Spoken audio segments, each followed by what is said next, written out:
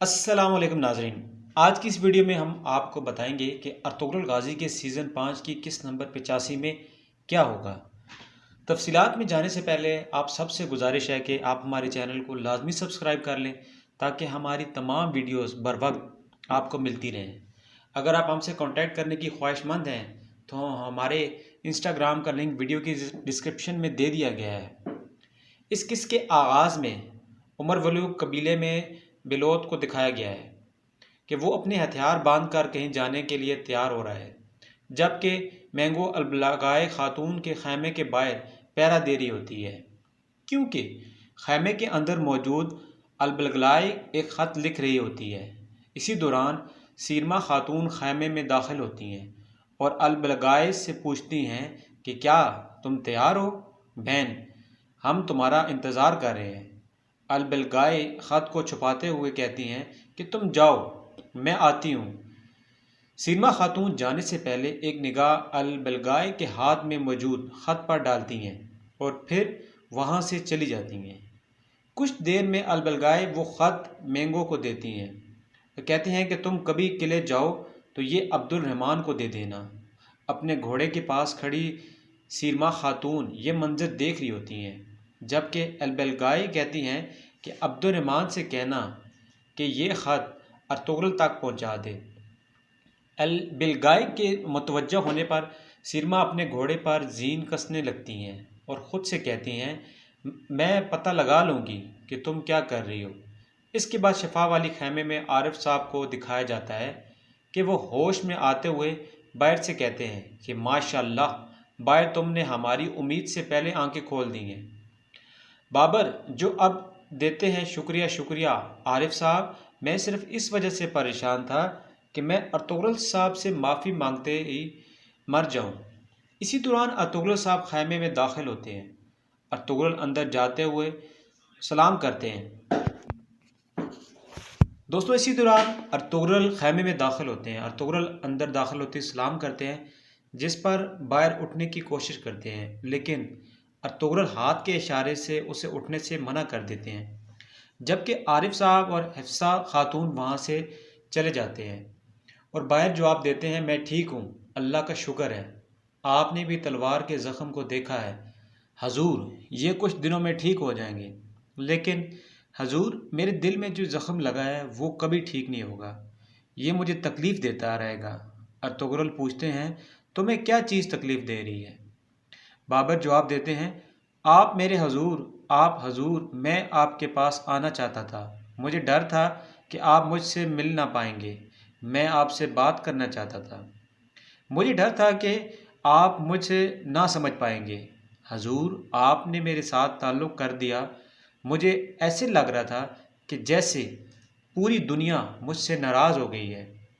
Ertugrul آگے بڑھ کر بابر کے چہرے پر ہاتھ رکھتے ہیں اور کہتے ہیں اگر پوری دنیا میرے خلاف ہو جائے میں تب بھی تمہارے ساتھ کوئی تعلق ختم نہیں کروں گا۔ بابر، ہم ناسمجھ کے خلاف نہیں ہیں بلکہ نافرمانی کے خلاف ہیں، اور غلطی کرنے والے کے خلاف نہیں ہیں بلکہ غلطی کے خلاف ہیں۔ بابر کہتے ہیں کہ حضور میں نے اپنی حماقتوں سے آپ کو بہت پریشان کیا ہے، میں جانتا ہوں، لیکن مجھے اپنی غلطی پر افسوس ہے۔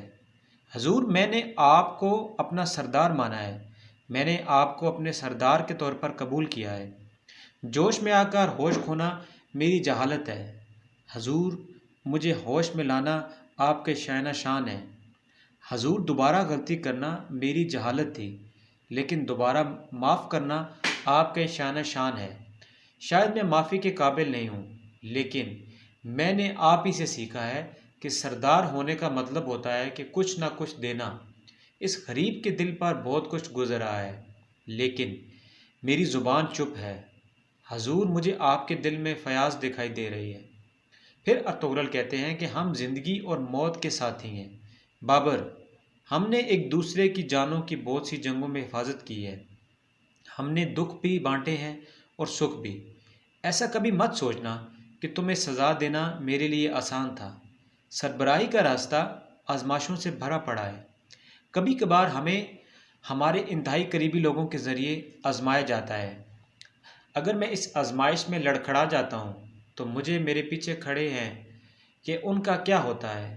بابر، تو جیسا کہ تم اپنی غلطی جان گئے ہو اور اس پر نادم ہو، تو ہمارا رب معاف کرنے والا ہے اور وہ ہمیں معاف کرنے کا حکم دیتا ہے۔ بابر کہتے ہیں کہ حضور، اگر آپ مجھے پہاڑ کو اٹھانے کا حکم دے دیں تو میں اٹھاؤں گا۔ اگر آپ مجھے بھٹی میں کودنے کا حکم دے دیں تو میں کود جاؤں گا۔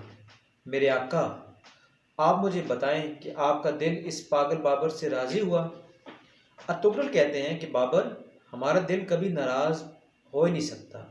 اسے راضی کرنے کے لیے تمہاری وفاداری اور ندامت کافی ہے۔ اب جیسا کہ ہمارا دل تمہاری ندامت اور وفاداری کا قائل ہو گیا ہے، تو کیا یہ اب بھی راضی نہیں ہوگا؟ دوبارہ کبھی بغیر تلوار کے لڑائی میں مت کودنا۔ تندرست ہو جاؤ، پھر اپنی ڈھال اٹھا کر میرے پاس آ جانا۔ بابر اپنے سینے پر ہاتھ رکھ کر کہتے ہیں کہ جیسے آپ کا حکم، آپ کا حکم سر آنکھوں پر حضور۔ اس کے بعد بے بولت کی اپنی بہنوں کے ساتھ کئی قبیلے میں آمد دکھائی جاتی ہے۔ خیمے کے باہر پہنچ کر وہ لوگ گھوڑوں سے اترتے ہیں اور مرکزی خیمے کی طرف بڑھتے ہیں۔ مرکزی خیمے کے باہر عبد الرحمن انہیں خوش آمدید کہتے ہیں، جبکہ عبد الرحمن کو دیکھ کر البلگائے مینگو خاتون کو اشارہ کرتی ہیں کہ یہ اشارہ سیر ماہ خاتون دیکھ لیتی ہیں۔ عبد الرحمن کہتے ہیں کہ ارطغرل صاحب آپ کا انتظار کر رہے ہیں۔ آپ اس پر بے بوبلت مرکزی خیمے کی طرف بڑھنے ہیں۔ اسی دوران سید ماں انہیں روک کر کہتی ہیں، بھائی، میں حفصہ سے ملنے جاؤں گی، اگر مجھے اجازت دو۔ بے بولت کہتا ہے، بالکل بہن، جاؤ، اور خود وہ البلگائے کے ساتھ مرکزی خیمے کی طرف چلا جاتا ہے۔ خیمے میں داخل ہونے پر ارطغرل، حائمہ خاتون اور سلجان خاتون ان کا استقبال کرتے ہیں۔ سلجان خاتون پوچھتی ہیں کہ سیرما خاتون کہاں ہیں؟ کیا وہ نہیں آئی؟ البلگائے بتاتے ہیں کہ وہ حفصہ خاتون سے ملنے گئے ہیں، جلدی آ جائیں گے۔ ارطغرل انہیں بیٹھنے کی دعوت دیتے ہیں۔ خیمے کے باہر دکھایا جاتا ہے کہ وہاں موجود مینگو خاتون سپہ سالار عبد الرحمن کے وہاں سے جانے پر اس کے پیچھے جاتی ہوئی دکھائی دیتی ہیں۔ خیمے کی اوٹ میں چھپ کر کھڑی سیر ماہ خاتون یہ دیکھ کر مینگو کے پیچھے آتی ہیں، جبکہ مرکزی خیمے میں حائمہ خاتون بے بولت سے کہتی ہیں کہ آپ نے آج جو بہادری دکھائی ہے، ہم نے اس کے بارے میں سنا ہے۔ بے بولت کے صاحب پہلے الباسی تھی، پھر درعگوس اور اس کے آدمی، آپ نے ارطغرل کے ساتھ مل کر اس کافر کو انجام تک پہنچایا ہے۔ بے بولت جو اب دیتا ہے، بے سوگت ہم سب کا ہے۔ حائمہ خاتون اور اس کی حفاظت ہم سب کا فرض ہے۔ ہم نے وہی کیا جو ہمیں کرنا چاہیے تھا۔ ارطغرل کہتے ہیں کہ آپ نے کہا ابھی صرف دراگوس ختم ہوا ہے، ہمارا کام نہیں، ابھی اور بھی بہت سارے دشمنوں سے نمٹنا باقی ہے، اور ہمیں ان سب کے خلاف شانہ بشانہ کھڑے ہونا ہوگا۔ اس پر البلگائے خاتون کہتی ہیں، ہمیں یقین ہے کہ آپ جو کچھ بھی کرتے ہیں وہ ہماری سرزمین کی بھلائی کے لیے ہوتا ہے۔ ہمارا دشمن چاہے جو بھی ہو، ہمارا فرض ہے کہ ہم آپ کے شانہ بشانہ رہیں۔ ارطغرل صاحب، ارطغرل جو اب دیتے ہیں، ہمیں کوئی شک نہیں کہ آپ ہمارے ساتھ کھڑے ہوں گے۔ البلگائے خاتون، ہمیں جو چیز مضبوط بنائے ہوئے ہے وہ ہے ہم میں اتحاد و وفاداری۔ ان حالات میں ہمارا الگ الگ ہو جانا ہمارے مخلص آدمی کو ہمارے خلاف ایک بے رحم دشمن بنا کر کھڑا کر دیتا ہے۔ اگر ہم ایک ساتھ رہیں گے تو مضبوط اور طاقتور بن جائیں گے، اور ہمارا کوئی بھی آدمی ہمارے خلاف کھڑا ہونے کی جرات نہیں کرے گا۔ اس کے بعد دکھایا جاتا ہے کہ قبیلے میں مینگو خاتون اس طرح عبد الرحمن کے پیچھے جا رہی ہوتی ہیں کہ راستے میں سیرما خاتون اس کو روک کر پوچھتی ہیں کہ تم کہاں جا رہی ہو؟ وہ کہتی ہیں، کہیں نہیں مالکن۔ میں سیرما پوچھتی ہیں کہ تم میری بہن کے ساتھ خسر پھسر کیا کر رہی ہو؟ تو بتاؤ مجھے، تم کہاں جا رہی ہو؟ تم مجھ سے کچھ چھپا رہی ہو؟ مینگو کہتی ہیں کہ نہیں مالکن، کیا میں آپ سے کچھ چھپا سکتی ہوں؟ البلگائے خاتون نے مجھ سے کہا تھا کہ میں عبد الرحمن کو ایک خط پہنچاؤں گی تاکہ وہ خط ارطغرل صاحب تک پہنچ جاتا۔ سیرما جو پوچھتی ہیں کہ تم کیا جانتی ہو؟ دل کو دل سے راہ ہوتی ہے، وہ خط مجھے دو، اسے میں خود پہنچا دوں گی۔ مینگو خاتون کہتی ہیں کہ لیکن انہوں نے کہا تھا کہ میں خود لے کر آؤں گا، کیا وہ غصہ نہیں ہوں گی؟ سیما خاتون غصے سے جو اب دیتی ہیں، میں اس کی بہن ہوں، کچھ نہیں ہوگا۔ تم چاہتی ہو کہ یہ انہیں دے دیا جائے یا نہیں؟ میں دے دوں گی۔ اس پر مینگو خط نکال کر سیما کے ہاتھ پر رکھ دیتی ہیں۔ وہ کہتی ہیں کہ میں اسلاف اور آئبرس کے تحائف لائی ہوں، وہ گھوڑے سے اتر کر خیمے میں لے کر آؤ۔ مینگو کے جانے کے بعد وہ خط پڑھ کر کہتی ہیں، بہن دیکھ لو، تم ہماری پیٹھ پیچھے ارطغرل کے ساتھ مل کر کیا کھیل کھیل رہی ہو۔ تم اپنا کھیل کھیلتی رہو، ہم جانتے ہیں تمہیں کیسے ہرانا ہے۔ اس کے بعد مرکزی خیال میں دکھایا گیا ہے کہ بے بولت ارطغرل سے کہتا ہے کہ آپ نے اصلی اور نقلی دونوں دراگوس کو شکست دے دی ہے۔ ارطغرل صاحب لیفے قلعہ پرندے کے گھونسلے کی طرح ہیں، غیر محفوظ ہمیں نظر آ رہے ہیں اور اسے فتح کرنے کے لیے ایک حملہ کرنے کی دیر ہے۔ ارطغرل کہتے ہیں کہ آپ ٹھیک کہہ رہے ہیں، لیکن قلعے پر حملہ کرنے کا وقت ابھی نہیں آیا۔ بے بولت پوچھتا ہے، کیوں؟ یہ عیسائی سلطنت کے لیے بھی مصیبت بنے گی۔ جبکہ آپ نے آستین کے سانپ نکال لیے ہیں تو اب قلعہ لینے کا وقت آ گیا ہے۔ عیسائی بھی یہ جان چکے ہیں کہ اسی لیے انہوں نے آپ سے بات کرنے کے لیے سفیر بھیجا۔ ارطغرل کہتے ہیں اس سفیر کا کام کچھ اور تھا اور وہ ایک دھوکہ تھا۔ میں نے اسے وہ نہیں دیا جو وہ چاہتا تھا، میں وہ لے لوں گا جو میں چاہتا ہوں۔ ایک قلعے کی حفاظت کرنا اتنا آسان نہیں ہے۔ بے بولت صاحب، اگر آپ کچھ دینا نہیں چاہتے تو ویسے بھی قلعے کے علاوہ اور بھی بہت سے بھیڑیے ہیں جنہیں ہم نے ختم کرنا ہے۔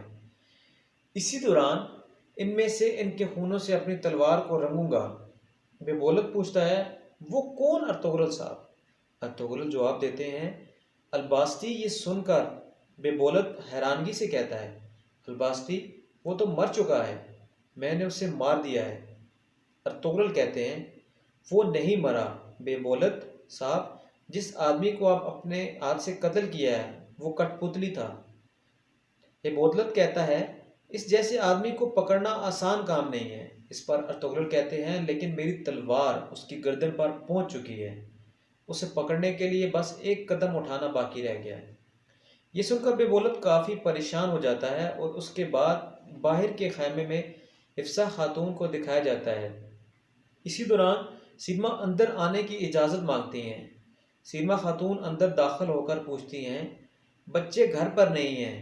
حفصہ بتاتی ہیں، وہ اپنے بابا کے پاس دعا خانے گئے ہیں، وہ بھی اسے دیکھنا چاہتے تھے، باہر کے لیے صاف کپڑے لے جا رہی ہیں۔ آئینے بیٹھنے سیما وہاں بیٹھنے کے بعد اپنے پاس موجود تھیلا حفصہ خاتون کو دیتے ہوئے کہتی ہیں، بچوں کے لیے کچھ تحائف لائی ہوں، جب وہ آئے تو دے دینا تاکہ ان دکھی حالات میں مسکرانے کے لیے کوئی تو وجہ ملے۔ حفصہ خاتون جو اب دیتی ہیں، شکریہ سیما خاتون۔ سیما خاتون کہتی ہیں کہ باہر کے ساتھ جو کچھ ہوا مجھے اس کا پتہ چلا، مجھے بڑا دکھ ہوا۔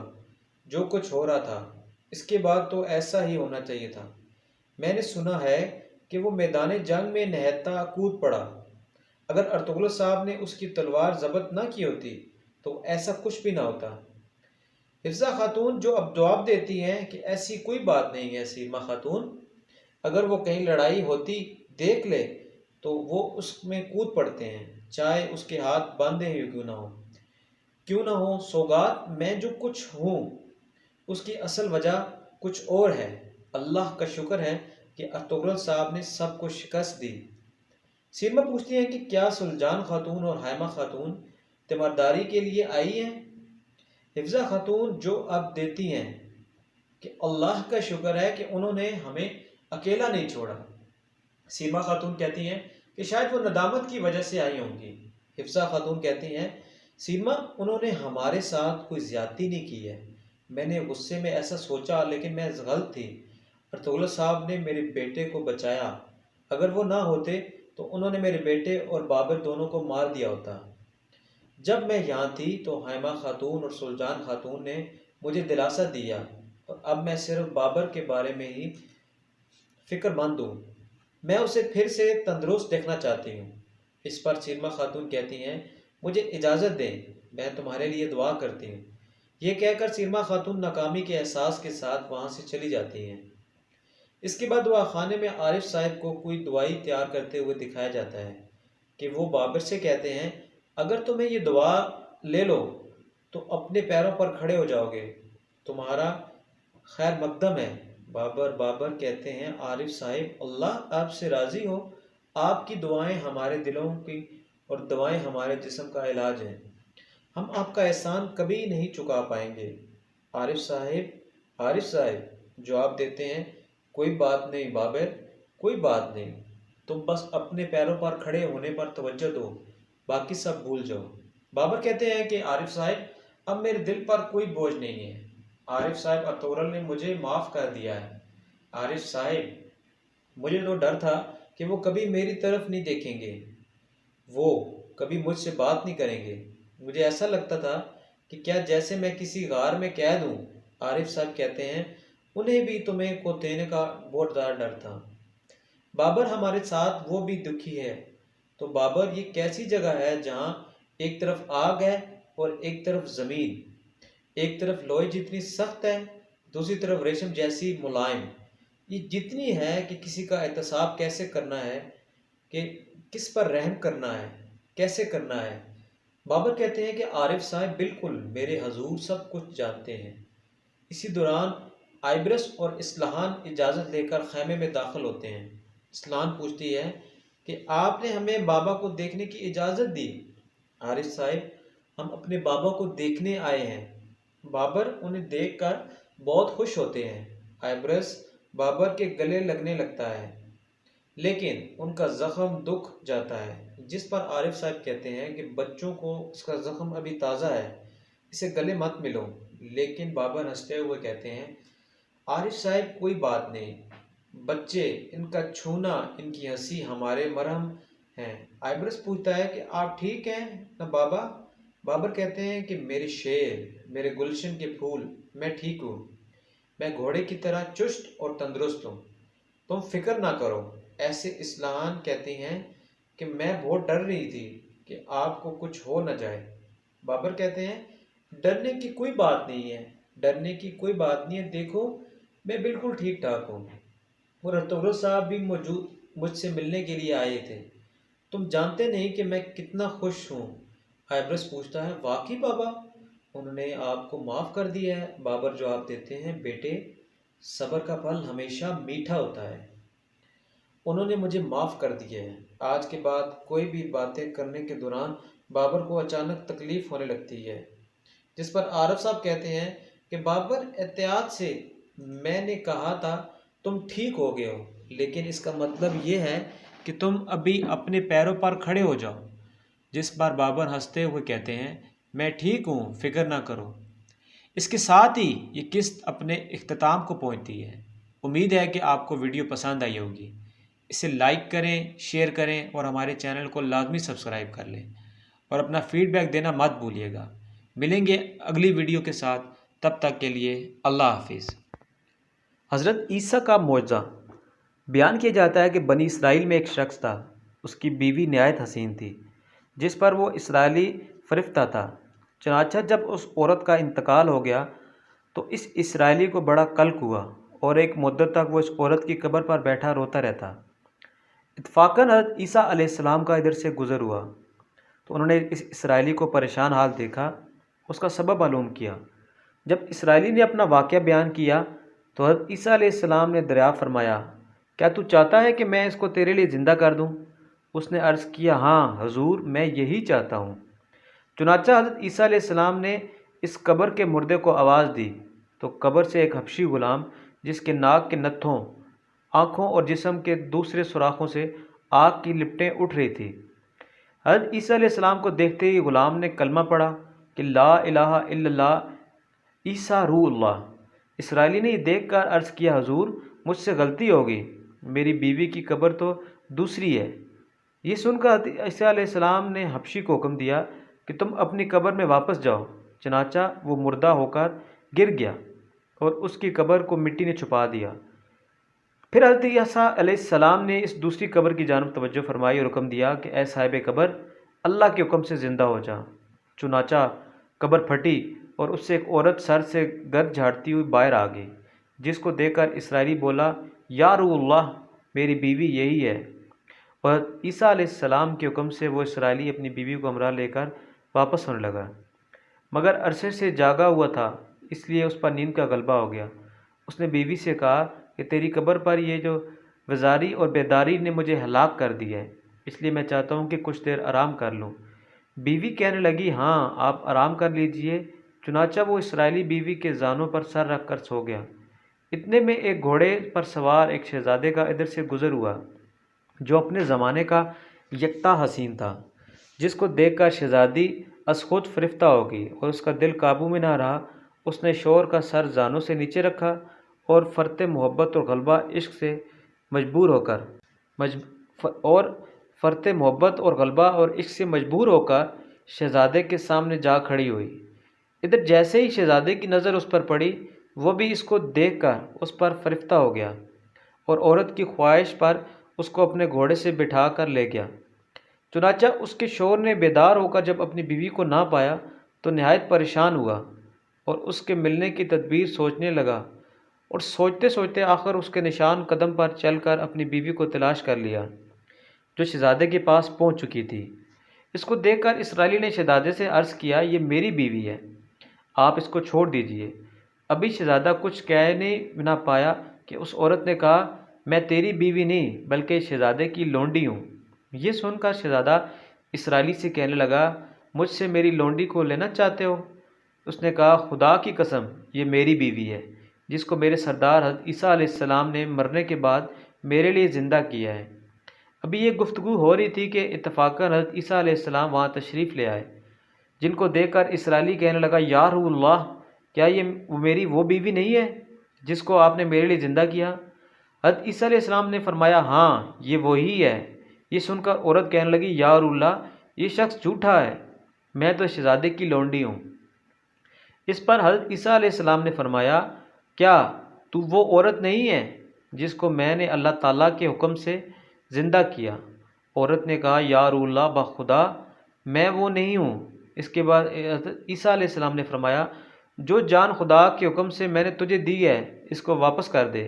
یہ سنتے ہی وہ عورت پھر مردہ ہو گئی، گر پڑی، اور عیسیٰ علیہ السلام فرمانے لگے کہ جو شخص ایسے آدمی کو دیکھنا چاہتا ہے جو کافر مرا تھا اور زندہ ہو کر ایمان لایا، تو اس حبشی غلام کو دیکھ کر جو پہلے ایمان کی حالت میں مرا، اور جو کوئی ایسے شخص کو دیکھنا چاہتا ہے کہ جو مومن مرا تھا پھر اللہ نے اس کو زندہ کیا، وہ کافر ہو کر حالت کفر میں مر گیا، وہ اس عورت کو دیکھ لے۔ اس واقعے کو دیکھ کر اسرائیلی نے قسم کھائی کہ اب کبھی نکاح نہیں کروں گا، اور میدان کی طرف نکل گیا، جہاں اللہ تعالیٰ کی عبادت میں مصروف رہ کر اس سے موت آ گئی۔ اللہ تعالیٰ اس پر رحم فرمائے۔ اس کا حاصل یہ ہے کہ نبی اور رسول اللہ صلی اللہ علیہ وسلم کے اقرار اور انکار کا نتیجہ اس حقائق سے ظاہر ہے اور سبق ملتا ہے کہ کامیابی اپنی نبی صلی اللہ علیہ وآلہ وسلم کی اطاعت اور محبت ہی سے مل سکتی ہے۔ چنانچہ ہمیں بھی چاہیے کہ ہر حال میں اپنے نبی صلی اللہ علیہ وسلم کی اطاعت کو سامنے رکھیں، چاہے دل مانے یا نہ مانے، لیکن نبی کریم صلی اللہ علیہ وسلم کے طریقوں کو لازمی اپنایا جائے۔ اللہ تعالیٰ اس واقعے سے سبق حاصل کر کے عمل کرنے کی توفیق عطا فرمائے۔ حضرت خضر علیہ السلام کا ایک واقعہ۔ ایک مرتبہ حضرت خضر علیہ السلام دریا کے کنارے بیٹھے تھے کہ اتنے میں کسی سائل نے آ کر ان سے سوال کیا کہ میں آپ سے اللہ کے واسطے سوال کرتا ہوں کہ مجھے عنایت فرمائیے۔ یہ سن کر حضرت خضر علیہ السلام بے ہوشی کی حالت میں چلے گئے۔ جب کچھ ہوش آیا تو فرمانے لگے، بھائی میں تو صرف اپنی جان اور مال کا مالک ہوں، تم نے مجھ سے اللہ کے واسطے سوال کیا ہے، لہٰذا میں اپنی جان اور ذات تمہارے حوالے کرتا ہوں، تم جس طرح چاہو اس کو استعمال میں لاؤ، بازار میں فروخت کر کے اس کی قیمت سے فائدہ اٹھاؤ۔ چنانچہ سائل ان کو بازار لے گیا اور ایک شخص سائمہ بن ارقم کے ہاتھ ان کو فروخت کر دیا۔ یہ خریدار ان کو اپنے گھر لے گیا، جس کی پشت پر اس کا ایک باغ تھا۔ چنانچہ سائمہ نے حضرت خضر علیہ السلام کو ایک کدال دے کر کہا، اس سے سامنے والے پہاڑ جو کہ 3 مربع میل رقبے میں واقع تھا، مٹی کاٹ کاٹ کر باغ میں ڈالتے رہے، اور یہ حکم دے کر سائمہ اپنی کسی ضرورت سے کہیں چلا گیا۔ حضرت خضر علیہ السلام اس پہاڑ سے مٹی کاٹ کاٹ کر باغ میں ڈالنے لگے۔ جب سائمہ واپس آیا تو اس نے گھر والوں سے دریافت کیا کہ تم نے غلام کو کھانا بھی کھلایا یا نہیں؟ گھر والوں نے جواب دیا کہ ہمیں معلوم نہیں غلام کہاں ہے۔ یہ سن کر جب سائمہ خود کھانا لے کر باغ میں آیا تو اس نے دیکھا وہ غلام یعنی حضرت خضر علیہ السلام تمام پہاڑ کی مٹی کاٹ ڈال چکے تھے اور اپنے کام سے فارغ ہو کر اپنے مولا حقیقی کی عبادت میں مصروف تھے۔ یہ دیکھ کر سائمہ کو بڑا تعجب ہوا اور اس نے دریافت کیا کہ یہ تو بتائیے آپ کون ہیں؟ یہ بات سن کر حضرت خضر علیہ السلام کچھ بے ہوشی سی طاری ہوگی اور پھر افاقہ ہونے پر انہوں نے فرمایا بھائی میں خضر ہوں، جس کو سن کر سائمہ کے ہوش اڑ گئے۔ تو اس نے کہا یہ کیا، ان کو غلام بنا کر ایسے کام پر لگایا؟ یہ تو انتہائی غلط بات ہے اور یہ گستاخی ہوئی۔ پھر ہوش آنے پر سائمہ نے تو توبہ کی اور پروردگار سے عذر خواہی کے ساتھ حضرت خضر علیہ السلام کو آزاد کر دیا۔ جب باری میں عرض کیا کہ یا رب العالمین مجھے اس کا مواخذہ نہ فرمائیے کیونکہ میں ان کو نہیں جانتا تھا۔ اس کے بعد حضرت خضر علیہ السلام نے دعا فرمائی اور سجدہ شکر بجا لائے کہ اے میرے پروردگار میں تیرے ہی حق میں غلام بنا اور تیرے ہی حق میں آزاد ہوا، اس پر تیرا شکر گزار ہوں۔ بعد ازاں واپسی کی اجازت لے کر جب دریا پر واپس آئے تو دیکھا ایک شخص دعا مانگ رہا ہے کہ اے میرے رب حضرت خضر علیہ السلام کو غلامی سے رہائی عطا فرما اور ان کی توبہ قبول فرما۔ تو اس شخص نے بتایا کہ میں تو شاذون ہوں، آپ کون ہیں؟ انہوں نے فرمایا کہ میں خضر ہوں۔ اس کے بعد شاذون نے کہا اے خضر تم اپنے لیے رہنے کا مکان بنا کر دینا کہ طلب کرتے ہو؟ کیونکہ حضرت خضر علیہ السلام کا دریا کے کنارے پر ایک عبادت خانہ تھا۔ بس یہ سن کر وہ فوراً میدان میں نکل آئے اور وہیں اللہ کی عبادت میں مصروف ہو گئے۔ اس کے بعد حضرت خضر علیہ السلام نے اسی جگہ ایک درخت لگایا اور اس کے سائے میں عبادت شروع کر دی۔ تو آواز آئی اے خضر جب تم نے درخت کے سائے میں سجدہ کیا تو تم نے دنیا کو آخرت پر ترجیح دی۔ مجھے اپنی عزت اور جلال کی قسم مجھے دنیا کی محبت میں رضامندی نہیں ہے۔ اس کے بعد حضرت خضر علیہ السلام نے شاذون فرشتے سے کہا کہ اے شاذون دعا کرو کہ اللہ تعالیٰ میری توبہ قبول فرمائے۔ چنانچہ شاذون نے دعا کی اور اللہ تعالیٰ نے شاذون کی برکت سے حضرت خضر علیہ السلام کی توبہ قبول فرما لی۔ صلح حدیبیہ اور ابو جندل رضی اللہ عنہ اور ابو بصیر کا واقعہ۔ سن 6 ہجری میں حضور اقدس صلی اللہ علیہ وآلہ وسلم عمرے کے ارادے سے مکہ تشریف لے جا رہے تھے۔ کفار مکہ کو اس کی خبر ہوئی۔ وہ اس خبر کو اپنی ذلت سمجھتے تھے، اس لیے مزاحمت کی اور حدیبیہ میں آپ کو کنار جانصار صحابہ کے ساتھ تھے جو حضور پر جان قربان کرنا فخر سمجھتے تھے، لڑنے کو تیار ہو گئے، مگر حضور صلی اللہ علیہ وسلم نے مکے والوں کی خاطر سے لڑنے کا ارادہ نہیں تھا۔ صلح کی کوشش کی اور باوجود صحابہ کی لڑائی پر مستعدی اور بہادری کے حضور اکرم صلی اللہ علیہ وسلم نے کفار کی اس قدر رعایت فرمائی کہ ان کی ہر شرط کو قبول کیا۔ صحابہ رضی اللہ عنہ کو اس طرح دب کر صلح کرنا بہت ہی ناگوار گزرا تھا، مگر حضور صلی اللہ علیہ وسلم کے ارشاد کے سامنے کیا ہو سکتا تھا کہ جانثار تھے اور فرما بردار تھے، اس لیے حضرت عمر رضی اللہ عنہ جیسے بہادروں کو بھی دبنا پڑا۔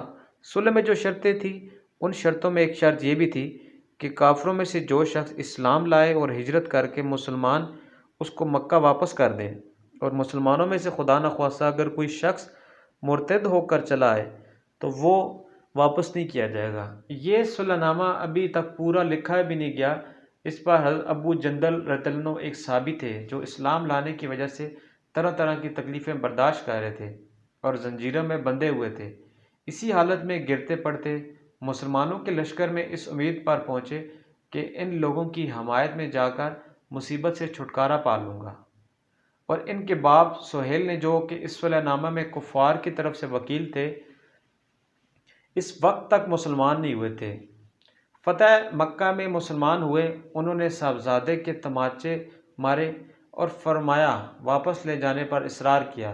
حضور صلی اللہ علیہ وسلم نے ارشاد فرمایا کہ ابھی صلح نامہ مرتب بھی نہیں ہے، اس لیے ابھی پابندی کس بات کی؟ مگر انہوں نے اس بات پر اصرار کیا کہ پھر حضور صلی اللہ علیہ وسلم نے ارشاد فرمایا کہ ایک آدمی مجھے مانگا ہی دے گا، مگر وہ لوگ ضد پر تھے، نہ مانا۔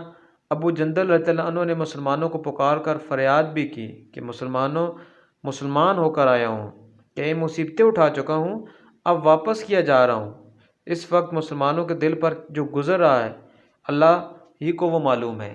مگر حضور صلی اللہ علیہ وسلم کے ارشاد پر واپس ہوتے ہوئے حضور نے تسلی فرمائی اور صبر کرنے کا حکم دیا اور فرمایا عنقریب حق تعالیٰ شانہ تمہارے لیے کوئی راستہ نکالیں گے۔ صلح نامہ مکمل ہو جانے کے بعد ایک دوسرے صحابی ابو بصیر بھی مسلمان ہو کر مدینہ منورہ تشریف لائے تھے۔ پہنچتے ہی کفار نے ان کو واپس بلانے کے لیے 2 آدمی بھیجے۔ اس پر حضور اقدس صلی اللہ علیہ وسلم نے حسب وعدہ فرمایا اور ابو بصیر رضی اللہ عنہ نے عرض بھی کیا کہ یا رسول اللہ صلی اللہ علیہ وآلہ وسلم، میں مسلمان ہو کر آیا ہوں، آپ پھر مجھے کفار کے پنجے میں بھیجتے ہیں؟ آپ صلی اللہ علیہ وسلم نے ان سے صبر کرنے کو فرمایا کہ انشاءاللہ عنقریب تمہارے واسطے راستے کھل جائیں گے۔ یہ صحابی ان دونوں کافروں کے واپس چلے گئے اور راستے میں ان میں سے ایک سے کہنے لگے کہ یار تیری یہ تلوار تو بڑی نفیس معلوم ہوتی ہے۔ شیخی باز آدمی ذرا سی بات میں پھول ہی جاتا ہے۔ وہ نیام سے نکال کر کہنے لگا ہاں، میں نے بہت سے لوگوں پر اس کا تجربہ کیا ہے کہ یہ کہہ کر تلوار ان کے حوالے کر دی۔ انہوں نے اس پر اس کا تجربہ کیا، دوسرا ساتھی یہ دیکھ کر کہ ایک کو تو نمٹا دیا، اب میرا نمبر ہے، بھاگا ہوا مدینہ آیا اور حضور صلی اللہ علیہ وسلم کی خدمت میں حاضر ہو کر عرض کیا کہ میرا ساتھی مر چکا ہے، اب میرا نمبر ہے۔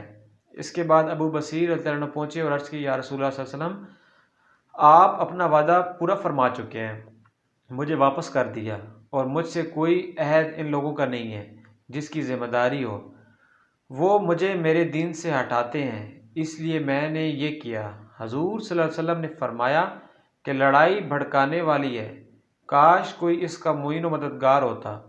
وہ اس کلام سے سمجھ گئے کہ اب بھی اگر کوئی میری طلب میں آئے گا تو ایک جگہ آ پڑے گا۔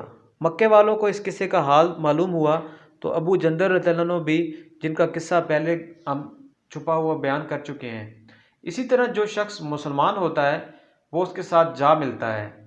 چند روز میں یہ ایک مختصر سی جماعت ہو گئی۔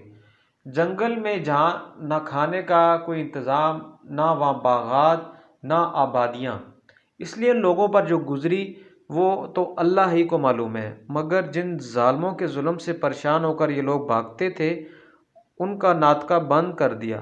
جو قافلہ ادھر کو جاتا اس سے مقابلہ کرتے، اس سے لڑتے، حتیٰ کہ کفار مکہ نے پریشان ہو کر حضور صلی اللہ علیہ وسلم کی خدمت میں عاجزی اور منت کر کے اللہ اور رشتہ داری کا واسطہ دے کر آدمی بھیجا کہ اس بے سری جماعت کو اپنے پاس بلا لیجیے کہ یہ معاہدہ میں تو داخل ہو جائیں اور ہمارے لیے آنے جانے کا راستہ کھل جائیں۔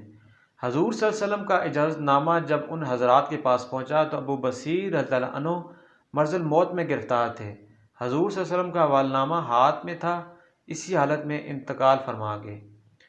آدمی اگر دین پر پکا ہو، بشرطے کہ دین بھی سچا ہو، تو بڑی طاقت اس کو نہیں ہٹا سکتی، اور مسلمان کو تو مدد اللہ تعالیٰ کا وعدہ ہے بشرطے کہ وہ مسلمان ہو۔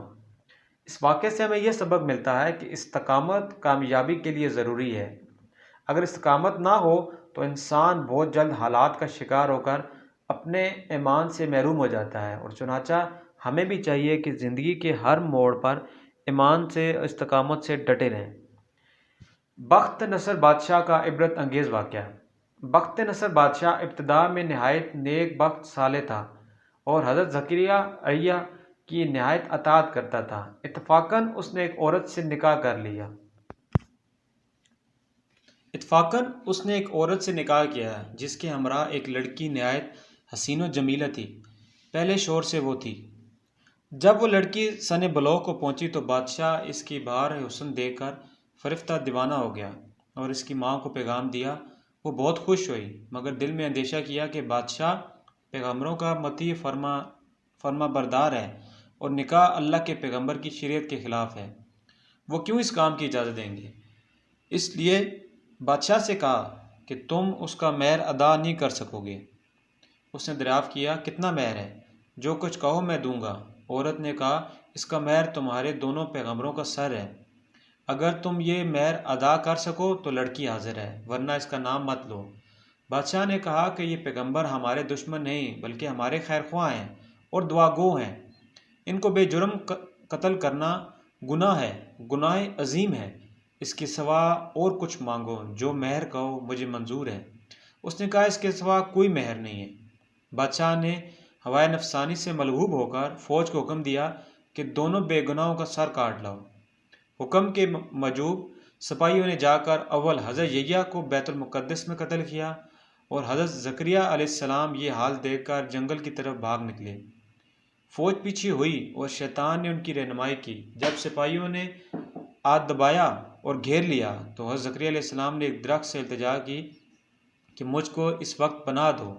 وہ درخت پھٹ گیا اور یہ اس کے اندر سما گئے، پھر وہ بند ہو گیا، لیکن قدرے کپڑا باہر رہ گیا۔ فوج متحیر ہوئی کہ کہیں غائب ہو گئے ہیں۔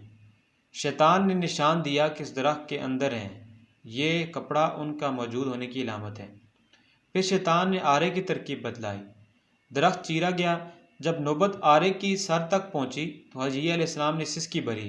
حکم الہی نازل ہوا کہ اگر ہم سے التجا کرتے ہو تو کیا ہم پناہ نہیں دے سکتے؟ اب اس کا مزہ چکھو اور چپ سر پر آرا چلنے دو۔ غرض یہ کہ سر سے پاؤں تک جسم چیرا گیا اور زکریا علیہ السلام نے دھوم نہ ماری۔ جب دونوں پیغمبر اس بے دردی سے قتل ہوئے تو غضب الہی نازل ہوا، دونوں تاریک ہو گئے۔ ایک بادشاہ فوج خونخوار لے کر چڑھا، اس کے شہر کے باشندوں کو گرفتار کر لیا۔ حضرت یحییٰ کا خون بند نہ ہوتا تھا، جب قبر میں رکھتے تھے تو قبر خون سے لبریز ہو جاتی تھی۔ بادشاہ کے لشکر نے قسم کھائی کہ جب تک خون بند نہیں ہوگا میں قتل سے باز نہیں رہوں گا۔ ہزارہ آدمی بے طے کر دیے گئے لیکن خون بند نہ ہوا۔ اس وقت ایک شخص حضرت یحییٰ علیہ السلام کی لاش پر آیا اور کہا تم پیغمبر ہو یا ظالم؟ یہ خون کے بدلے میں 1000 آدمی قتل ہو چکے ہیں، اب کیا سارے جہاں کو قتل کرواؤ گے؟ اتنا کہنا تھا کہ خون بند ہو گیا۔ آئیں آپ کو ایک اور واقعہ سناتے ہیں، بنی اسرائیل کے 99 افراد کے قاتل کی توبہ۔ بخاری مسلم میں بنی اسرائیل کے ایک قاتل کا واقعہ نقل کیا گیا ہے کہ حضور اکرم صلی اللہ علیہ وسلم نے اللہ تعالیٰ کے یہاں توبہ کی قبولیت سے متعلق صحابہ کرام کے سامنے ایک بنی اسرائیل کے ایک قاتل کا نہایت ہی خوبصورت اور ایمان افروز واقعہ بیان فرمایا ہے کہ بنی اسرائیل میں ایک شخص چوری ڈکیتی اور قتل میں بہت مشہور تھا۔ نہایت معمولی بات پر کسی کو قتل کر دیتا تھا، ہوتے ہوتے اس کے ہاتھ سے تقریباً ایک کم 100 افراد کا قتل ہو چکا تھا۔ اس کے بعد اس کے دل میں احساس پیدا ہوا کہ مجھے بھی تو اللہ کے یہاں جانا ہے۔ چنانچہ یہ فکر بڑھتی رہی اور لوگوں سے معلومات کرتے ہوئے سرگرداں پھرنے لگا کہ کیا میری توبہ قبول ہو سکتی ہے یا نہیں۔ کسی عالم شخص سے ملاقات کی فکر ہوئی کہ معلوم کیا جائے کہ ایسے شخص کی توبہ قبول ہو سکتی ہے یا نہیں۔ لوگوں نے ایک عابد شخص کے پاس جانے کا مشورہ دیا۔ اس شخص نے اس کے پاس جا کر مسئلہ معلوم کیا کہ کیا میری توبہ قبول ہو سکتی ہے، کیا میری مغفرت ہو سکتی ہے؟ جب میں نے 99 انسانوں کی جان مار دی ہے تو اس عابد کو مسئلہ معلوم نہیں تھا، تو اس نے اپنی عقل و قیاس سے آرائی کی کہ جو آدمی 99 انسانوں کی جان مار سکتا ہے اس کی مغفرت کہاں سے ہوگی؟ چنانچہ اس نے کہہ دیا تیری توبہ قبول نہیں سکتی۔ اس شخص نے غصے اور جلال میں آ کر اس کو بھی قتل کر دیا کہ جب میری توبہ قبول نہیں ہوئی تو لاؤ تجھے بھی ختم کرتا ہوں۔ مگر اس کے دل میں درد و باقی تھا کہ میری مغفرت کی کوئی شکل ضرور ہوگی، اس لیے اس نے لوگوں سے پھر معلومات کا سلسلہ جاری کر دیا کہ روئے زمین میں سب سے بڑا عالم کون ہے، اسے جا کر میں معلوم کروں گا اور وہی صحیح مسئلہ بتا سکتا ہے۔ آخر لوگوں نے اس کو بتلایا کہ فلاں جگہ ایک عالم رہتا ہے، اس سے جا کر معلوم کرو۔ چنانچہ اس نے اس عالم کے پاس جا کر اپنی زندگی کی کارگزاری سنائی اور 100 آدمیوں کو کس طرح قتل کیا، سارا کارنامہ سنا کر معلوم کیا کہ اب بتلائیے کہ میری توبہ قبول ہو سکتی ہے یا نہیں۔ کیا اللہ تعالیٰ کے یہاں مجھے گناہ گاروں کے لیے بھی مغفرت کا کوئی خانہ نہیں ہے؟ تو اس عالم نے کہا، چونکہ علم تھا اس کے پاس، اس نے بتلایا تیرے گناہ معاف کرنے میں اللہ کے یہاں کیا رکاوٹ ہے؟ اللہ کی رحمت کا سمندر تو جیسے گناہ گاروں کے گناہوں سے بہت بڑا اور وسیع ہے۔ چنانچہ اس عالم صاحب نے مشورہ دیا کہ فلاں جگہ سفر کر کے جاؤ، وہاں کچھ اللہ کے بندے رہتے ہیں، ان کا مشغلہ صرف اللہ کی عبادت ہے، ان کے ساتھ مل کر اللہ کی عبادت کرو اور نادم ہو کر اپنے گناہوں کی معافی مانگو، انشاءاللہ تمہاری مغفرت ہو جائے گی۔ جب اس شخص نے آدھا راستہ طے کر لیا تو ملک الموت آ گئے اور اس کی موت ہو گئی۔ اب اس کی روح لے جانے کا مسئلہ کھڑا ہوا۔ آسمانوں سے رحمت کے فرشتے بھی آئے اور عذاب کے فرشتے بھی۔ رحمت کے فرشتے کہنے لگے کہ اس کی روح لے جانے کا حق ہم کو ہے، اس لیے یہ سچے دل سے تائب ہو کر عبادت کے لیے جا رہا تھا۔ اور عذاب کے فرشتے کہنے لگے اس کی روح لے جانے کا حق تو ہم کو ہے، اس لیے اس شخص نے کوئی بھی نیک کام نہیں کیا، پوری زندگی معیشت میں گنوا دی۔ اور اسی دوران آسمانوں سے آدمی کی شکل میں ایک فرشتہ آیا۔ بعض روایت سے معلوم ہوتا ہے کہ یہ آنے والا فرشتہ حضرت جبرائیل علیہ السلام تھے۔ چنانچہ اس فرشتے نے تشریف لا کر ان دونوں طرح کے فرشتوں کے درمیان یہ فیصلہ کیا کہ دونوں طرف کی مسافت ناپ کر دیکھ لو کہ جہاں سے آ رہا ہے وہاں کی مسافت قریب ہے یا جہاں جا رہا ہے وہاں کی مسافت قریب ہے، لہٰذا جہاں کی مسافت قریب ہو اس شخص کو وہاں والوں کی میں شمار کر دیا جائے۔ چنانچہ دونوں طرف کی زمین ناپ کر دیکھی گئی تو جہاں جا رہا تھا وہاں کی مسافت جہاں سے آ رہا تھا کے مقابلے میں صرف ایک بالش قریب تھی۔ چنانچہ فیصلہ ہوا کہ مقام معیشت سے مقام عبادت صرف ایک بالشت قریب ہے، اس لیے رحمت کے فرشتے اس کو لے جانے کا حق رکھتے ہیں۔ چنانچہ اللہ کی طرف سے اس کی مغفرت کا اعلان کیا گیا۔ ایک روایت میں آتا ہے، فقتاً رضی اللہ عنہ فرماتے ہیں کہ حسن نے فرمایا کہ ہم نے یہ ذکر کیا گیا کہ اس شخص کے پاس جب ملک موت آیا تو وہ شخص سینے کے بل اس سرزمین کی طرف گھسیٹتا گیا۔ حدیث قدسی میں آتا ہے کہ میں اپنے بندے کے ساتھ اس کے گمان کے مطابق ہوتا ہوں، وہ مجھے جہاں بھی یاد کرے گا میں اس کے ساتھ ہوں۔ باخدا اللہ تعالیٰ اپنے بندے کی توبہ اس سے زیادہ خوش ہوتا ہے کہ جتنی خوشی سے تم میں سے کوئی ایسے شخص کو ہوتی ہے کہ جس کا جانور بیابان میں گم ہو کر پھر اس سے مل جائے، تو جو شخص ایک بالشت میری طرف آتا ہے میں ایک ہاتھ کے قریب جاتا ہوں، اور جو شخص ایک ہاتھ میرے قریب آتا ہے میں اس کے لیے ایک بائیں پھیلائے ہوئے ہاتھوں کے درمیان کی مسافت کی بات کرتے ہیں اتنا قریب آتا ہوں، اور جب وہ میری طرف چل کر آتا ہے تو میں اس کی طرف دوڑ کر آتا ہوں۔